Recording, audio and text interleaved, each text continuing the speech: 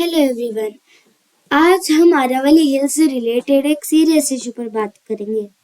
ये वीडियो किसी पार्टी या पर्सन के अगेंस्ट नहीं है। ये सिर्फ डेवलपमेंट और नेचर के बीच का कॉन्फ्लिक्ट को समझाने के लिए है। गवर्नमेंट का प्राइमरी फोकस होता है development, roads, housing, industries, infrastructures.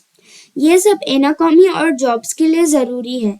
लेकिन जब प्लानिंग में इन्वायरमेंट सेकेंडरी होता है तो प्रॉब्लम शुरू होती है।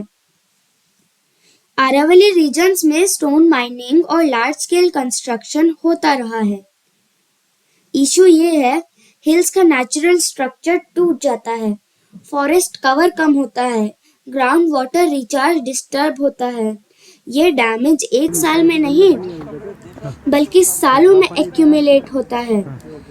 आरावली प्रोटेक्शन के लिए लॉज और कोर्ट्स ऑर्डर्स एग्जिस्ट करते हैं, लेकिन ग्राउंड रियलिटी में मॉनिटरिंग वीक होती है, लूपहोल्स का मिसयूज होता है, इलीगल एक्टिविटीज टाइम पर स्टॉप नहीं होती।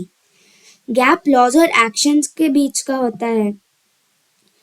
नेचर का डैमेज साइलेंट होता है, ट्रीज कम, temperature high, hills damage, water shortage, forest loss, wildlife conflict, land weak, floods और ड्रॉट्स। ये इफेक्ट डायरेक्टली सिटीज तक पहुंचते हैं, स्पेशली दिल्ली एनसीआर। डेवलपमेंट जरूरी है, लेकिन सस्टेनेबल डेवलपमेंट और भी जरूरी है।